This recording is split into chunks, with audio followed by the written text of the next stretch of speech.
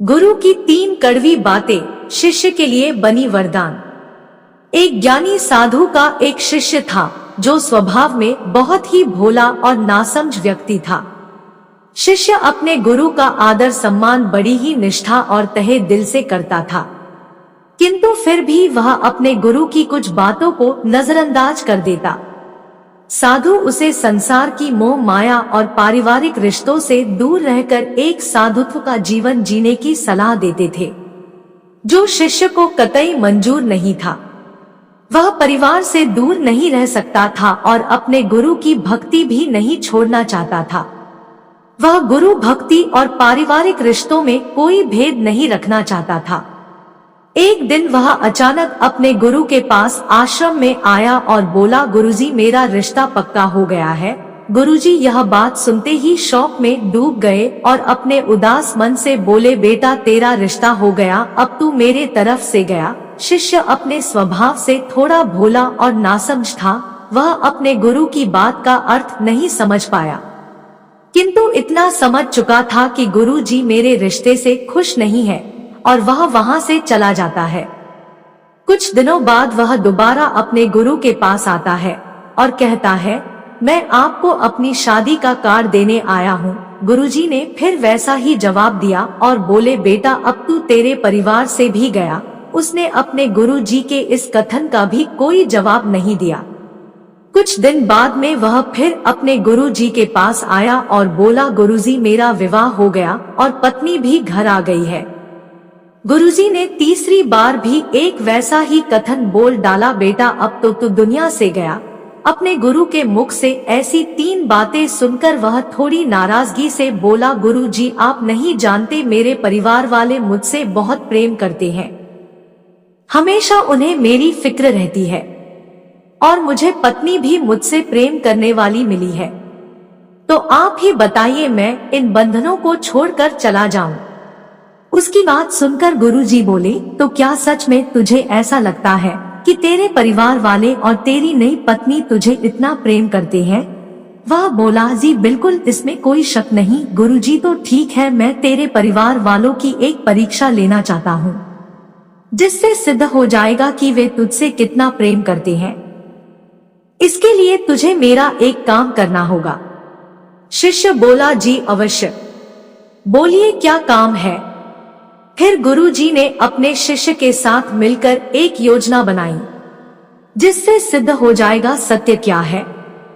गुरुजी ने कहा, एक काम कर, आज तो घर जा और अचानक पेट दर्द का बहाना करके जमीन पर गिर जा और जोर जोर से चिल्लाने लग जा, ताकि तेरी आवाज सुनकर वहां सभी एकत्रित हो जाएं। फिर तेरे घरवाले डॉक्टर को बुलाएंगे। उसकी दवाई लेने के बाद भी तुझे कहना है, मेरे पेट में दर्द बढ़ता ही जा रहा है, मेरे गुरुजी को बुला दो, मुझे वही ठीक कर सकते हैं, नहीं तो मैं मर जाऊंगा। और जैसे ही मैं वहां पहुंचता हूं तो मरने का बहाना कर देना। अपने गुरु की पूरी योजना सुनने के बाद शिष्य ने कहा, ठीक है गुरुजी, आज देखते हैं किसके वचन सत्य है। वह अपने घर पहुंचता है और अपने गुरुजी के कहे अनुसार पेट दर्द का बहाना कर जमीन पर गिर जाता है।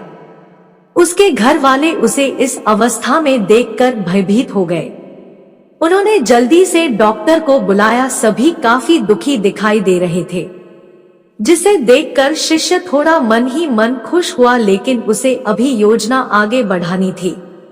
वह बोला, मुझे दवाइयों से कोई फायदा नहीं हो रहा, कृपया आप जल्दी मेरे गुरुजी को बुला लाओ, केवल वही मुझे ठीक कर सकते हैं, नहीं तो मैं आज मर जाऊंगा।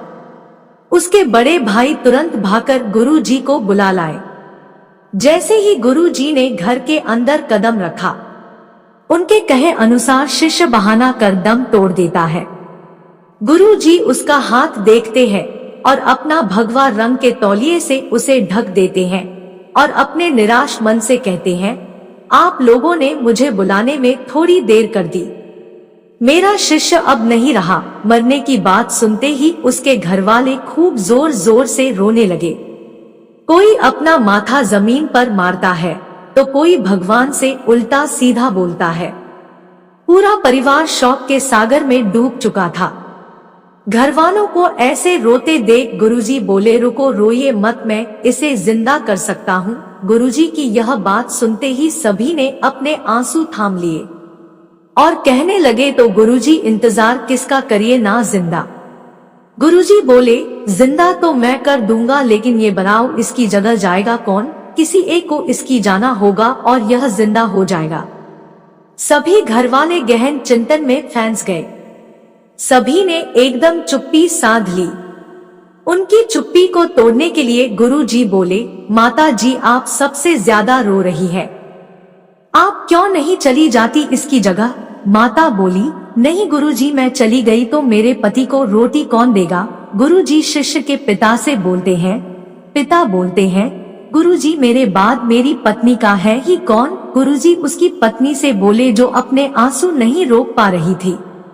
पत्नी बोली, गुरुजी मेरी अभी नई नई शादी हुई है, अभी तो मुश्किल से 15 दिन भी नहीं हुए, भला मैं क्यों अपनी जान दूं? मेरी तो दूसरी शादी भी हो जाएगी। सबकी बात सुनकर गुरुजी बोले, तो ठीक है, इसकी जगह मैं चला जाता हूँ। सभी घरवाले खुश हो गए।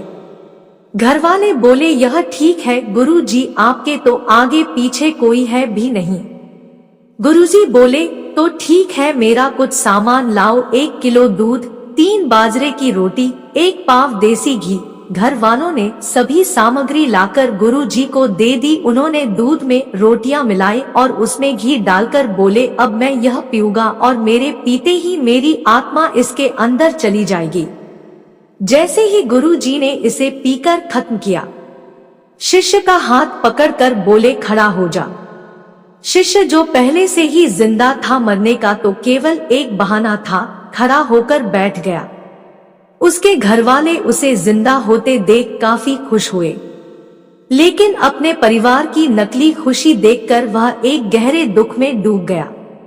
गुरुजी ने उसके उदास चेहरे को देखा और बोले, तो ठीक है, अब मैं चलता हूँ, यहाँ दम तोड़ दूंगा तो तुम्हें परेशानी होगी, मैं खुद ही चला जाता हूँ श्मशान घाट। गुरुजी जैसे ही जाने के लिए आगे बढ़े, शिष्य ने उनके पैर पकड़ लिए और बोला, कहाँ जा रहे हो गुरुजी? अपने इस भोले और नासमझ भक्त को अपने साथ लेकर नहीं जाओगे? तब से शिष्य ने सांसारिक मोहमाया और पारिवारिक रिश्तों से अपने सारे बंधन तोड़ लिए और अपने गुरुजी के साथ दूर रहने का निश्चय कर लिया। और उन्हीं की कृपा से उसने अंतर ध्यान के लिए नाम शब्द हासिल किया। कहानी अच्छी लगी हो तो वीडियो को लाइक और शेयर करें, साथ ही चैनल को सब्सक्राइब करें ताकि ऐसी ही वीडियोस आपको मिलती रहे।